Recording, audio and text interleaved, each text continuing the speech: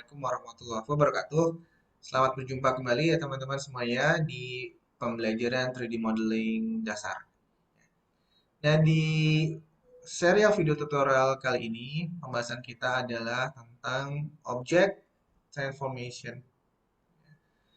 Nah, sebelum kita berbincang-bincang atau kita akan mempelajari apa itu object transformation dan jenis-jenisnya apa saja dan shortcut-shortcut yang bisa kita gunakan untuk mengimplementasikan object transformation di Blender itu apa saja, ada baiknya saya sampaikan terlebih dahulu ya seperti biasa hal-hal yang menjadi capaian atau tujuan capaian pembelajaran di modul 2 ini atau transformation object atau object transformation gitu ya.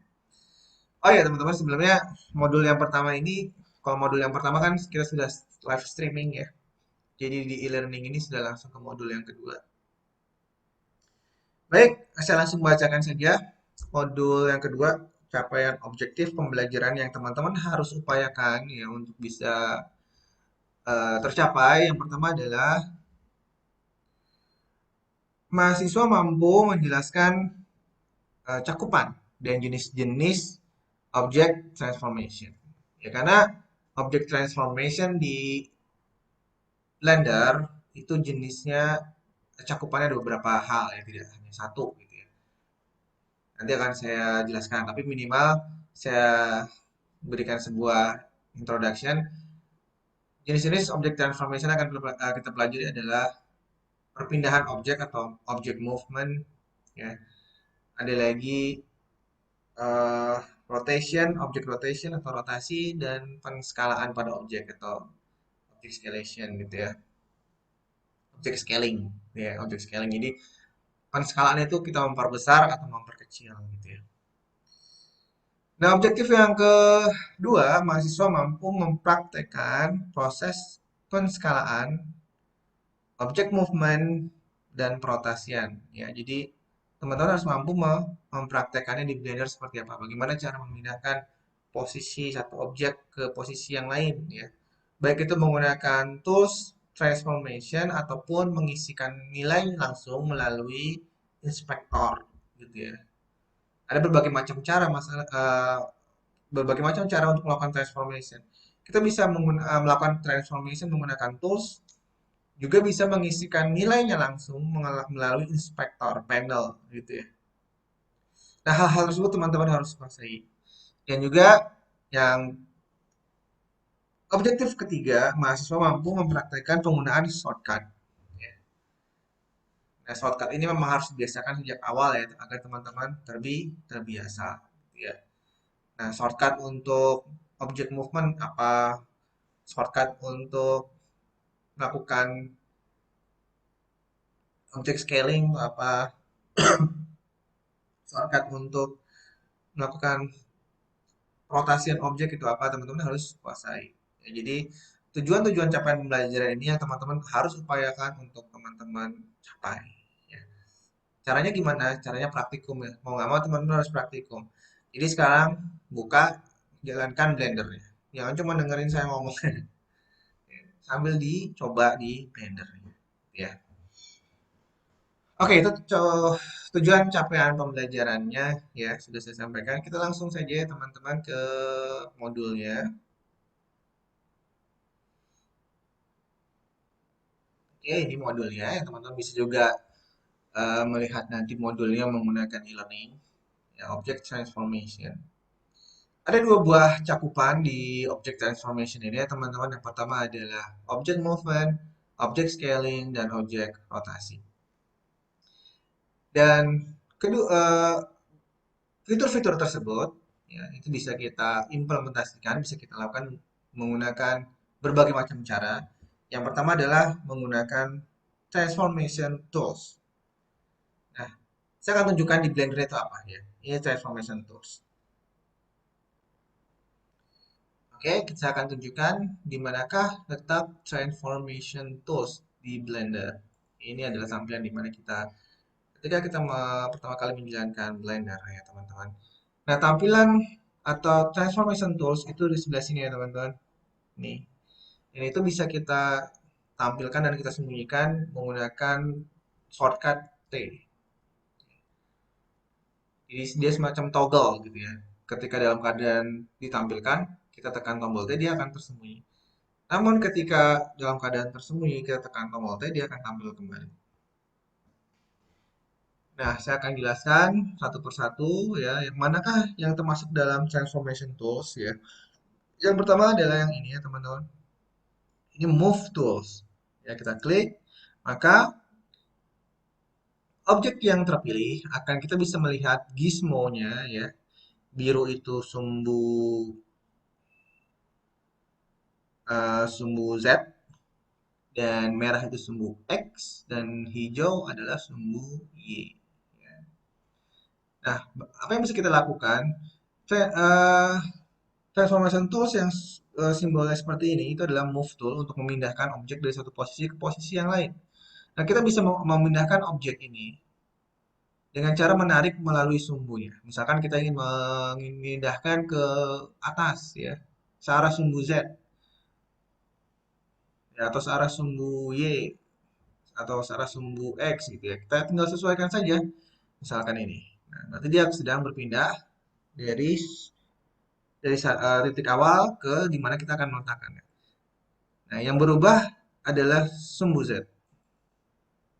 Nah, misalkan yang kita tarik adalah sumbu Y-nya, maka pergerakannya akan searah sumbu Y. Begitupun jika yang kita tarik sumbu X, maka pergerakannya akan searah sumbu X gitu. Ya, teman-teman. Nah, itu cara melakukan transformation tools movement ya. Selain kita bisa menggerakkannya menggunakan tools, kita pun bisa memindah-mindahkan objek dengan cara merubah nilai yang ada di dalam property panel. Nah, bagaimana cara menampilkan property panel? Kita bisa menggunakan shortcut N, teman-teman. Itu ya. Jika dalam keadaan tampil, kita tekan N, dia akan tersembunyi. Jika dalam keadaan tersembunyi, kita tekan N, dia akan tampil. Nah, di sini teman-teman bisa melihat ya, itu ya, ada location, ada rotation, ada scale. Ya, jadi transformation itu termasuk location, perpindahan lokasi atau movement, rotation, perotasian, dan scaling. Ya. Nah, fokus kita kali ini sedang membahas tentang location ya.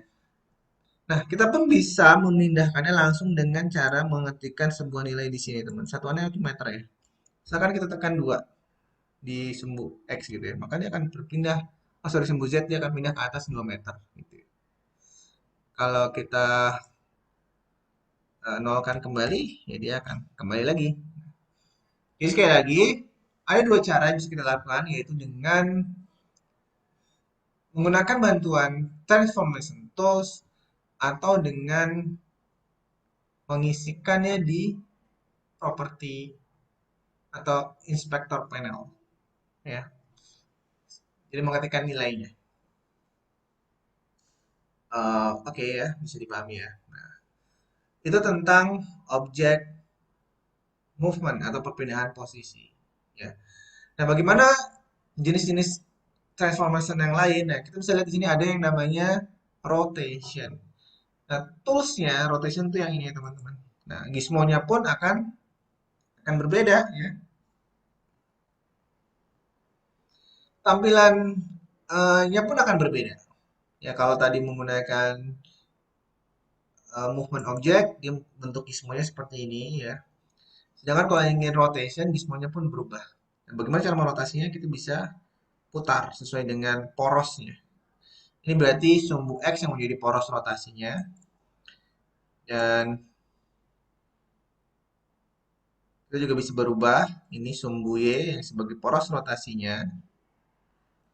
Dan ini sumbu Z tentunya yang menjadi poros rotasinya. Sekali lagi, selain kita menggunakan tools, kita juga bisa mengisikannya langsung di properti sini ya teman-teman. Misalkan kita ingin merotasi sumbu Z sebagai porosnya, misalkan kita tambahkan 45 derajat, maka dia akan berputar 45 derajat.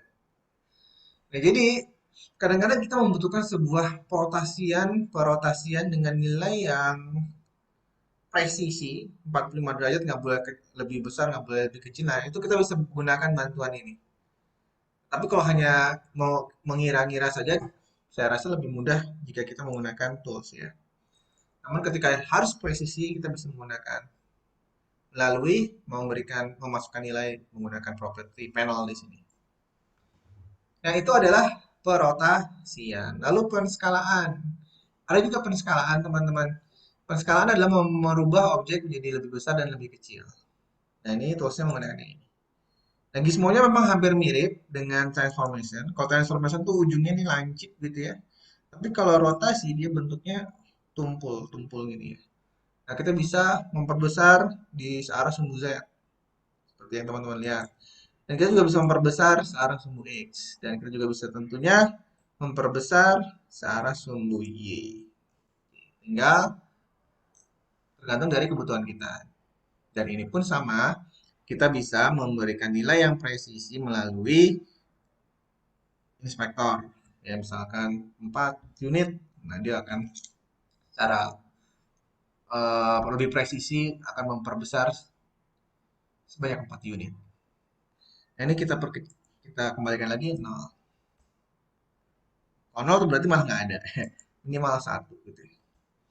Nah, itu tentang transformation. Dasar-dasarnya tentunya ya. Nah, hal-hal lain yang ingin kita pelajari berkenaan dengan objek transformation ini adalah bagaimana kita bisa menggunakan shortcut. Ya.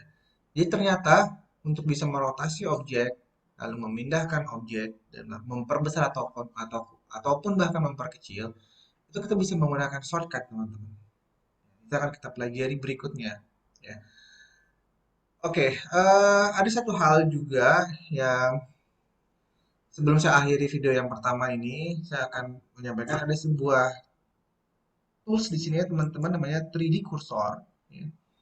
Itu bisa kita gunakan ya teman-teman untuk menentukan di mana kita akan meletakkan objek yang baru. Sebagai contoh misalkan 3D Cursor kita letakkan di sini.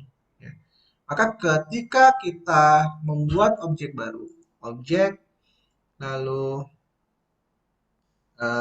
add ya, mau saya mesh, lalu misalkan di sini adalah UV, mana UV sphere, maka UV sphere akan diletakkan di tempat tadi di mana kita meletakkan 3D cursor, tidak lagi di tengah-tengah halaman. Saya ulangi sekali lagi ya. Misalkan saya letakkan lagi 3D cursor di sebuah tempat di sini. Di sini ya. Maka nanti objek baru yang kita tambahkan dia akan muncul di sini. Kita buktikan. Add mesh 3D UV sphere. Nah, itu ya. Dan ada sebuah option di sini ya teman-teman yang bisa kita akses untuk menentukan sebentar. Untuk menentukan jumlah segmen dan ring dari sebuah mesh. Sebagai contoh ini, segmennya bisa kita perkecil. Nah, itu ya. Kita bentuknya menjadi lebih low poly lagi gitu ya.